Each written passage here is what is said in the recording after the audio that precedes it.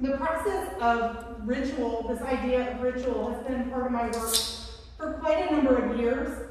At one point in my career, I kind of struggled to be productive, and it was really the process of making my work and my practice as an artist much more of a ritual.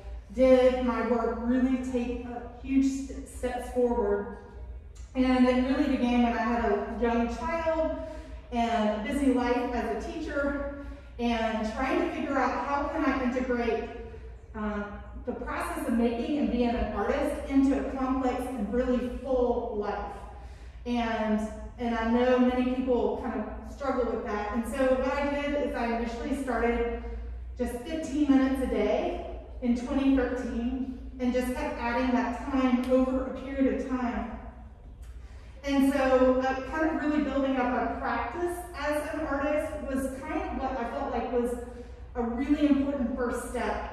I had a long history of making art, so the tools for making art in terms of like a visual vocabulary, having a point of view, was definitely something I felt comfortable with, but then figuring out how to either integrate it into my daily life and allow the process to drive the forms and ideas was really important. And my work from 2013 until 2015 and 16 really grew and changed a lot. But one of those was getting a space in art space and having a kind of public presence and the sort of expectation and actually the ritual of having a time that I was expected to be in a location to make art was really an important part of that. And so by walking into the space there, it really grounded that practice of creating. These certain days of the week, I show up and I make my work. And that kind of changed things significantly for me. It became a much more specific part of my practice at the end of 2016. I'd been working on really long and kind of labor-intensive pieces that were, some of them were taking me several months.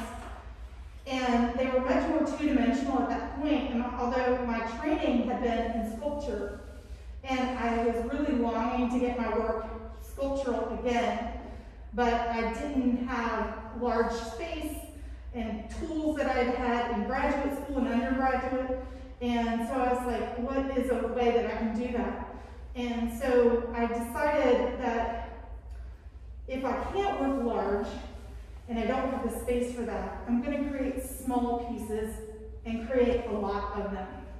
And so that's when my work really became much more ritualized. So I committed to a year of doing a sculpture a day. And at the front end of that, I didn't really know where it was going to go. I didn't have a specific medium in mind, but I just initially knew that I just wanted to do something every single day and build a collection over a period of time, and allow that process to unfold what the work was going to be about, rather than overly plan it and then fabricate it, which is a little bit of a different kind of shift. And so allowing that part of the ritual, like, okay, and so I also would just sit down in the evening on a couch with my family and my pliers and various materials, and I would start working with those. And not quite satisfied with the initial, I took them into my studio proper at home, which was a really dank and dingy and dark garage. It has now since changed. And I would then add encaustic, which is a hot wax painting technique. And that was the way I could transform these materials. But that ritual of doing something every single day was, it sort of like kind of sparked something in my imagination, because for me, what happened, what happened was it took a lot of pressure off of any little thing being overly precious, and I would start it and stop it. So I kind of self-imposed these rules that I didn't know I had self-imposed, but I was like, I knew I was going to start the piece and finish the piece in a single day. And so by doing that, it kind of took away the pressure of evaluating, is it good? Where does it fit in art history? What will somebody think? And all the judgmental things that I think had actually prevented me in a lot of ways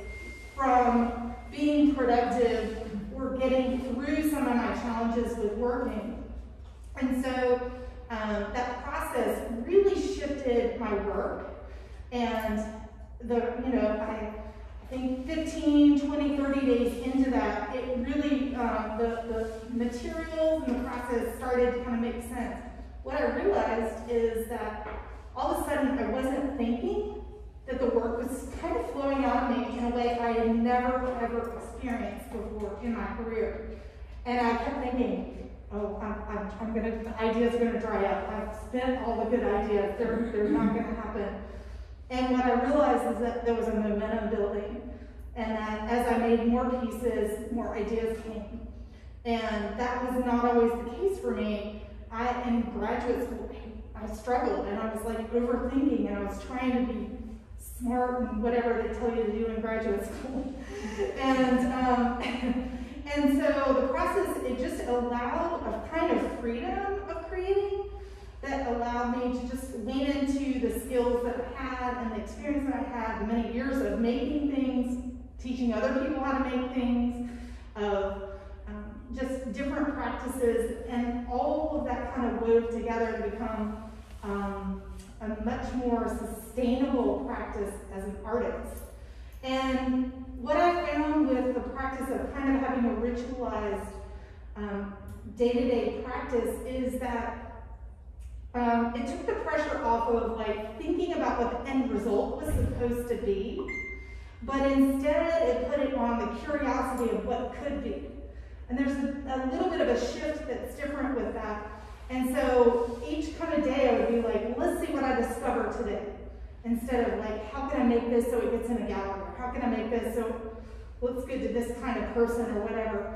And so leading with that curiosity was something much more energizing for me. And I noticed that the responsiveness to the work was really different than I had experienced before in terms of people looking at my work. I even had people, say very kind things about my work, but there was something that I think was translating in the work in a way that had not previously translated. Part of that ritual initially for me was, I was like, okay, I don't know where this year of sculpture is going to go. So I initially thought I would just use scrap material that I had in my studio at home. And that's what led me to the processes. So if you haven't figured it out, these sculptures that are hanging on the wall are, a number of those, there's probably about half of them that are from that first year, and maybe about half, because this is kind of been an ongoing series. And so some of them are really quite recent in the last 6 months, I would say, or even one of them, I think that blue one to the left of there is like in the last month. And so it has become an ongoing series, but what I discovered in using that scrap material, and that was the wire mesh and the wire that I had, and there was also with that and not having a lot of preciousness with it, it was just sort of like, let's see what happens. And so by forming that and just sort of working with my hands and thinking with my hands instead of like overarching ideas, I was able to then really discover things. So I've stuck with that idea of using kind of scrap material or very ordinary material that you can find at Lowe's or Home Depot, used in domestic kind of construction. But what I really enjoy is the transformation of it when I paint it. And the wax painting technique that I use, which is called plastic, and some of you are probably familiar with it, and if you're not, you can certainly ask me questions about it. But it allows the form that's otherwise very industrial to be transformed and to begin to look much more organic and irregular. And so that you're kind of left kind of questioning, what is this thing? And I think part of that relates to, or a lot of it relates to many years of kind of other rituals that I had.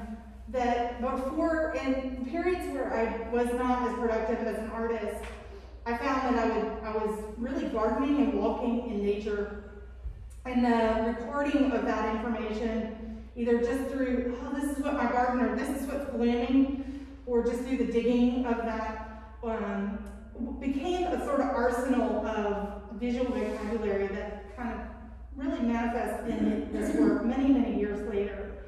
And so the weaving together of those different time periods, and so I know some of you are at the front end of your career as artists, those of you who are my students. You know, there's going to be times where there's a lot of ebb and flow in your life where you might have periods of high productivity and periods where it's not as productive, but I think those periods where I wasn't as productive were actually fueling the work that would later come. And I think that's a really valuable thing that's never talked about in art school, but it's an important part of becoming an artist. Yeah. Did you ever get the feeling of stagnation? Oh yeah, sure. Not since I've started this. Just out of curiosity. Well, no, of course not. I mean, you could have easily gone into stagnation through COVID, but you ended up doing something different. Yeah. You ended up going the other way with it. Yeah, and so sometimes I'll change the rules. And so during COVID, my rituals became different. So one thing about this series, the curiosity, these are called curiosities. This size that I do. At the front end of COVID, I was like, I don't know what I'm going to do. I really did not have the mental energy to make a lot of decisions. Any sound familiar to anybody? Yeah. And so I was like, okay, I'm going to do something again every day because I've not been sustaining this practice every single day since 2016. I promise that I would have run out of space if I'd been doing it for that long. Feel your pain. Yeah, I was like, okay, honey, we need a bigger space. And so at the beginning of COVID, I was like, I need to do something. And so I actually did the opposite of what I've been trying to do. I've been trying to scale up, and I wasn't quite satisfied with it. So I'm going to go even smaller. And this is one of the pieces that I'm working with that's even smaller. And as a sculptor, it takes a little bit to kind of get used to that concept because you think, oh, I need to go larger because that's kind of what sculptors think of. That's what I'm taught, and you know, what we're taught. But at the beginning of COVID, I was like, I don't know how much material I can get my hands on. There were shortages and a lot of unknowns, as you guys remember. And so I actually went smaller, and I was like, okay, I'm going to do 100 of these, and I did. And since COVID last year, I've done 3 groups of 100 separate groups. So what that started for me was it kind of changed the ritual a little bit. So I like this idea of kind of changing the ritual, but it sort of relied on a very similar practice. Sitting down in the evening, have my wire, my just basic materials, and just kind of play with it. And a lot of times I'm not even looking at it. I'm actually just bending the wire, watching something on the TV with my family. And I think what happens with that for me is it puts me in a much more relaxed place for creating, instead of like when I go into my studio, you know, what I used to find is I would go into the studio and I go, okay, I got 3 hours now, what am I going to create? And I would feel this like, okay, that's so exciting. And then I would be like, I don't know what to do. And so there was this pressure, but by sitting on my couch and kind of forming these things, and I was like, just that became the ritual itself to trigger the next activity. And so by doing that, I was in a very relaxed place. There was no pressure. And then I would go and do the coding, which is in my studio proper, and that would really transform the pieces. And so in a sense, the trigger, which a lot of times rituals are really leading to other things. And if you've ever read the book, or if you've ever seen the book by Twyla Tharp, The Creative Habit, if you haven't seen that book, that is a book I would highly recommend. And I read it many years before I started this series. And she's a choreographer and dancer, and she talks about the process of creating ritualized habits for creating, and how it really supports. And the ritual is not necessarily the actual creating of the art, but it's the thing that leads to it. It's the mental trigger. So I know some artists that will go into their studio, and the first thing they do is sweep their studio. And that puts their mind into a frame of mind that, like, I'm getting ready to create, but the pressure's not on the actual creating yet. It's sort of like allowing that process of being in the moment, of just sweeping or doing something like that. So kind of going back to the beginning of COVID when I started this process, that was a really peculiar time, it still is. But the uncertainty, what I found was that the act of kind of making my piece and then going and coding it, it really put me in being very present in the moment. And it really helped to create a lot more calm, at least momentarily, than I was necessarily feeling.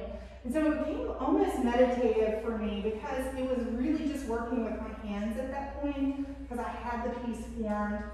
It was formed in a condition that was very supportive of just very free thinking. And then I was relying on, then I was just in the act of making and then just using visual judgment as I was going. And these pieces tend to be very intuitive kinds of pieces. There's a long kind of vocabulary of kind of study, but they do tend in process to be very intuitive. And to me, there's something kind of interesting about that. And I like seeing what's kind of revealed. And so since COVID, I've done 3 series. I'm currently at like 89 or 90 on this 3rd series. And what these groupings did, and going smaller kind of did, is it sort of encouraged me to then think about the relationships of them.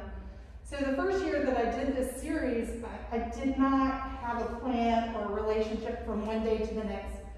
Every single day, the freedom and the intention of that was, today's a new day, I'll make whatever I make. And then, then I would kind of keep doing that. And there would be sort of periods where I would be like, oh, it's a lot of blue, or oh, it's a lot of orange, or, I'd have these periods of like moods where the colors would kind of come in. But then there would be some days where it was just every single day was completely different. And I knew at the beginning of that I would eventually want to display them on the wall, much like this, in groups. But I don't think I had a vision of what that looked like. And I think and that made the process much more joyful and much more appealing and surprising, and in ways that I didn't anticipate. And so since then, one of the things that I've done is I continue to, I've sold a number of them, but then I still have some. And every time I get an opportunity to exhibit, I kind of pull together different groupings, and it shows me different ideas. And so it's continually morphing into new pieces and new ideas, because I have this series of these, and I have them organized by color in these boxes in my studio. And if I'm like, oh, let me do a set that has reds or whatever, and then I'll begin to kind of stage them. But I have the modules to work with. And I have something as a starting point. So if I'm creating a piece and I've got a handful, and I'm like, oh, this is the size wall. But I always have now kind of a jumping off point to kind of work from.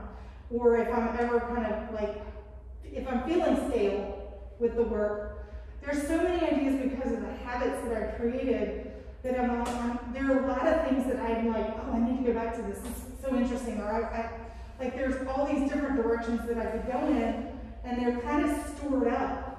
And that's one of the things I think happens when you begin to build a kind of ritualized practice, is that the ideas continue to grow, and you really don't have enough time to implement all of the ideas. And that's not something I necessarily have always felt.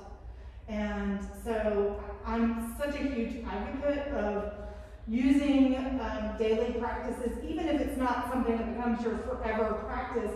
I even recommend to people that are kind of stuck, like try something that you are never going to show anybody. Drawing, whatever, that you just do, and it's just for yourself.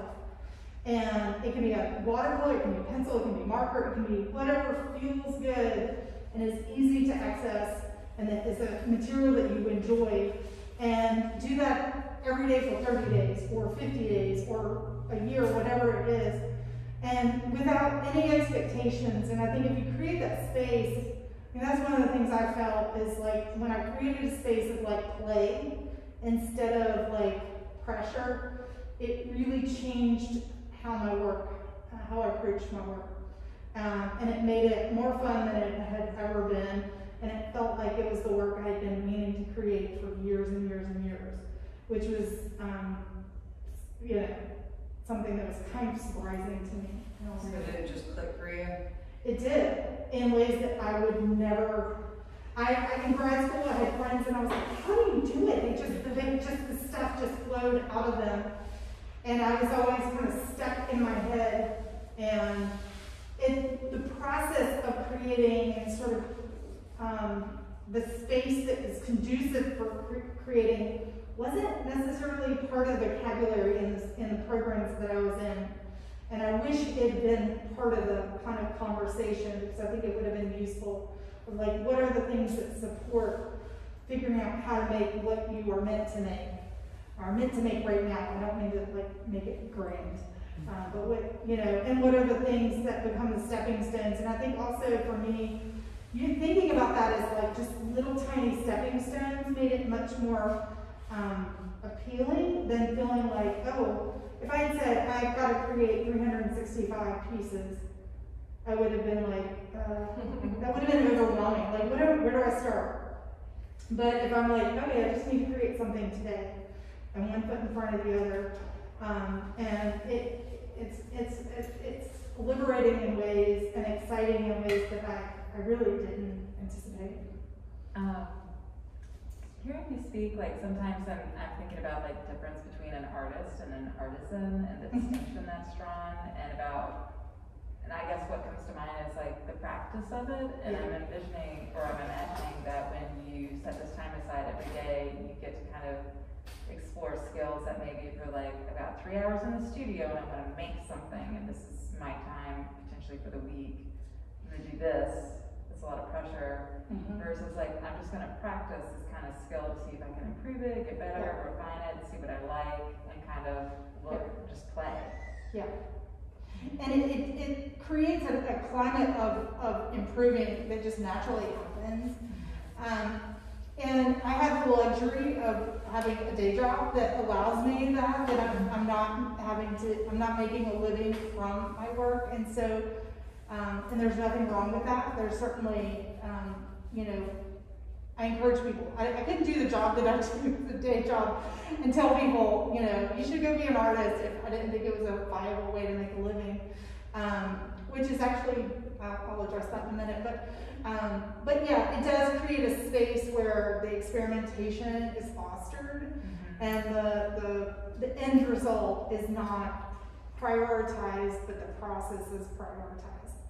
And so for me, that space really works better. I found that when I'm working under pressure, I don't love that, like just a little bit of pressure, like every day, but the pressure of like, oh, you gotta come up with something, you know, 20 pieces in 6 weeks. I would rather have it as part of my practice. I can do that now very easily. I did that this month. I had three shows that I had to pull together rather quickly, and they had different variables, and I created new work for it, and it was very doable in ways that it would not have once been.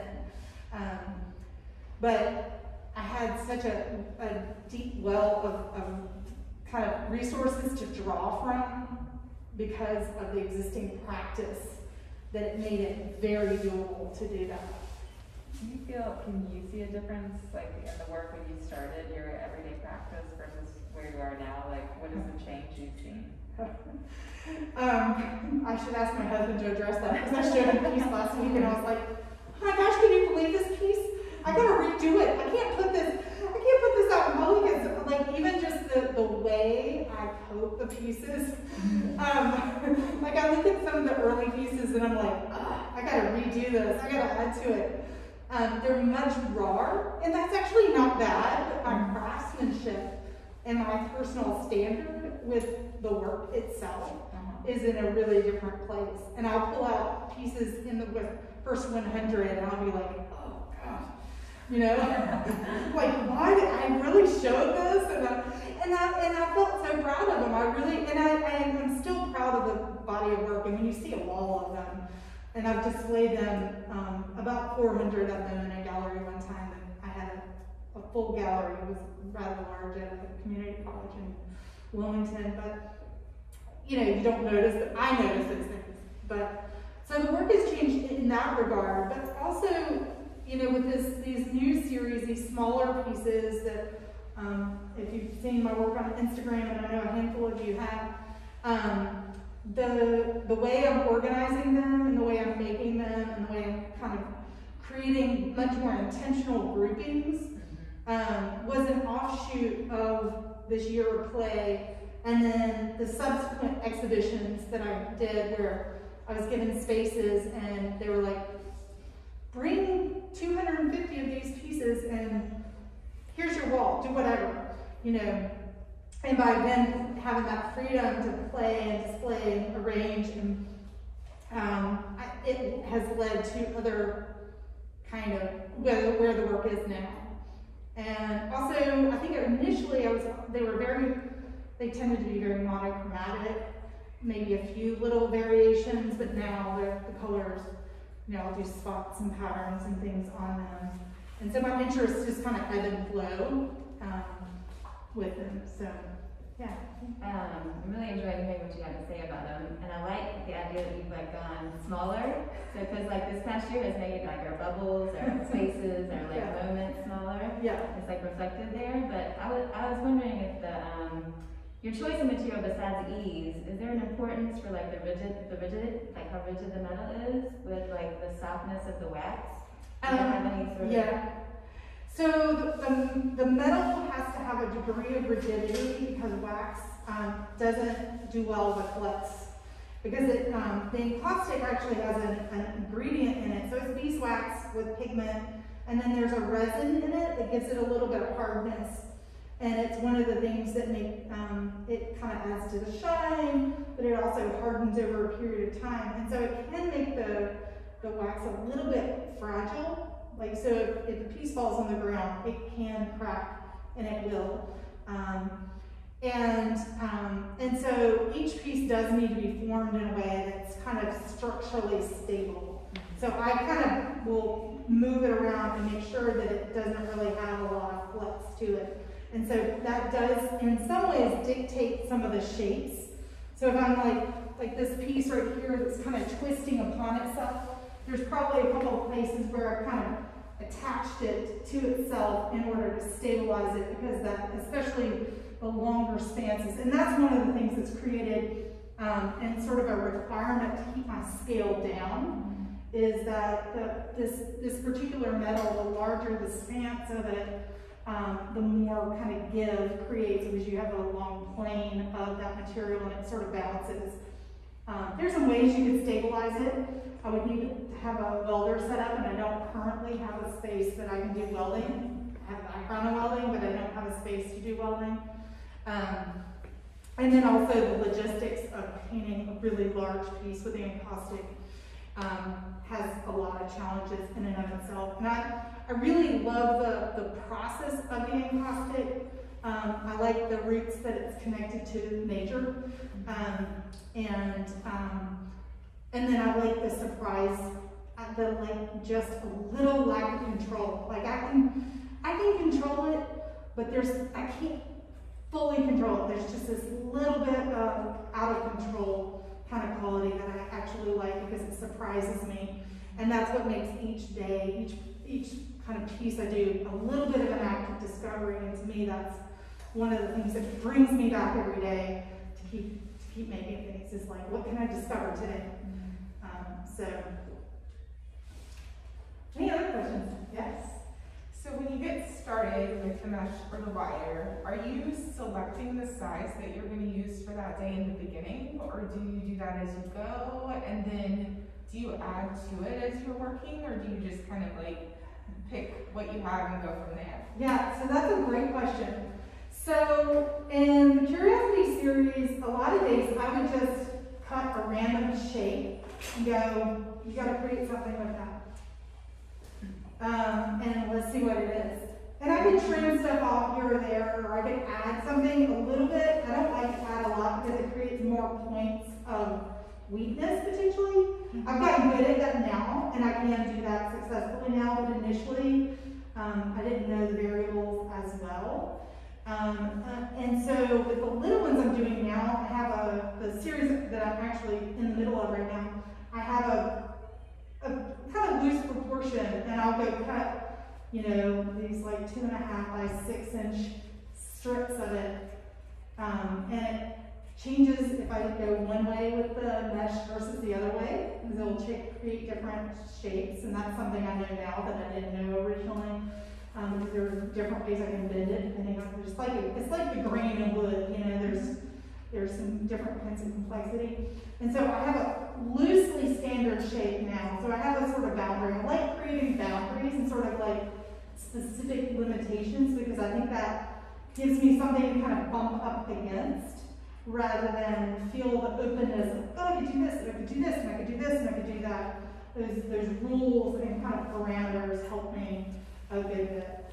It's sort of, I contract a little bit with the rules, and then I expand a little bit with the rules, and then I kind of contract again with the rules. And that back and forth, I think, is really helpful for me. Like even the year of doing the one a day, there was like, I have to start and stop it in a day. There was a week where I was like, I'm going to try doing paper, dipping the wire mesh in paper.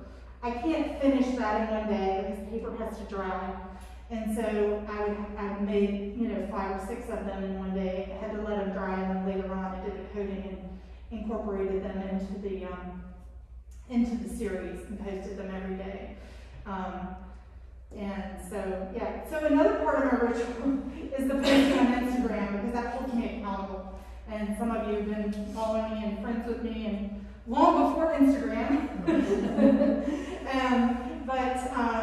That process, it becomes the kind of conclusion of the ritual for that moment, for that piece. And so that process, and that really held me accountable, because I felt like it was a little bit when I started the Curiosity series, it was like, okay, I'm going to make the piece and then I'm going to post it every single day for a year. And it was sort of like this commitment, like at that point, what did I generously may have had 100 followers. I have no idea how many I had at that point. May have been a few more because I was in art space at that time, but not many, and so that sort of act of like public commitment was really helpful in kind of keeping me accountable, and that sort of becomes in another way a part of the ritual. I usually don't take my photographs until the morning, even if I make the piece the night before. So there are these like little rituals that kind of thread into my day, and it keeps me present in the work, even if I'm not getting a long period of time to make the work in any given moment. So it gives me, like, by going out in the morning in my studio is at home now, by going out in the morning and taking the photograph, it gets me thinking about the work for the day. And then I go and do my computer work and my classes and everything, and then think about what I'm going to make that day, or when I get my time later on in the day to make, if it's a day that I have allotted time. My whole week is very ritualized. I'm like, on this day I do this, and on this day I've really become like kind of fanatical in that way. But it helps keep me kind of together. I think it's gotten worse than last year, so we could have another discussion about that. So I think I had another thought I was going in there, but anyway. In terms of the size, or maybe it's something technical, but I think I've never lost it. So. Any other questions? I appreciate these questions. I just have an observation. Yeah. I like how you went smaller, but with the collection and the grouping, which is a whole other form of sculpture in itself, you went larger. Yeah. I don't know if you thought that, thought that through, but making these little ones so that you can create a bigger one with all the small. Yeah, and that was my workaround. Like, and that's what I like about the sort of rules and limitations. Is like, okay, so I don't have this like industrial size space where I can do these things. I don't have a space to do welding and these various things. So what's the workaround? What resources do I have? What space do I have? What is the way to find a solution that plays to those attributes? And I think that's definitely been something that's been really helpful for me. to kind of work, and that's been a great workaround. And it's been really fun to play with these pieces that are much more intentional. And that's probably one of the things that's really changed for me, is the sort of intention of like, okay, this is the color scheme that I'm working with, this is the size that I'm working with, this is sort of the display that I'm planning. This one was created, one or two of the pieces I had on hand, but then this display was kind of developed specifically for being irregular and not in a grid. A lot of my pieces are in a grid, but this one was definitely meant to be kind of circular, but feel sort of expansive, you know, kind of darker in the middle, and sort of, so creating that sort of color relationship and a sort of color flow is definitely been part of it. So yeah, that little to make the bigger thing. I like that. Any other questions? Yes?